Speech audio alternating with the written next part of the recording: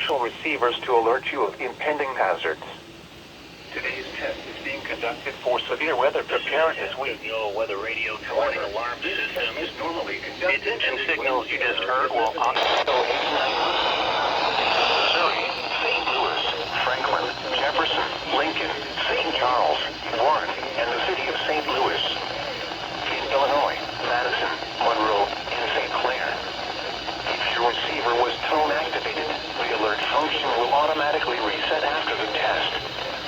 This concludes our test for this week, and we will now resume normal programming. Thank you.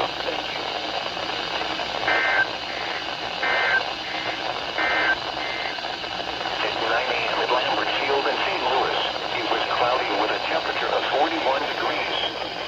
With a typical amount of basement or an interior floor of the building away from windows and interior door. Partly sunny with a It's temperature of important to have multiple ways to receive weather information.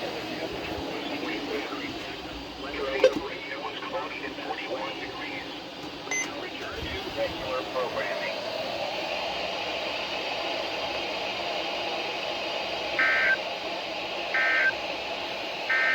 You're listening Wow. to Weather Radio. Great to see you all back for severe weather preparedness week.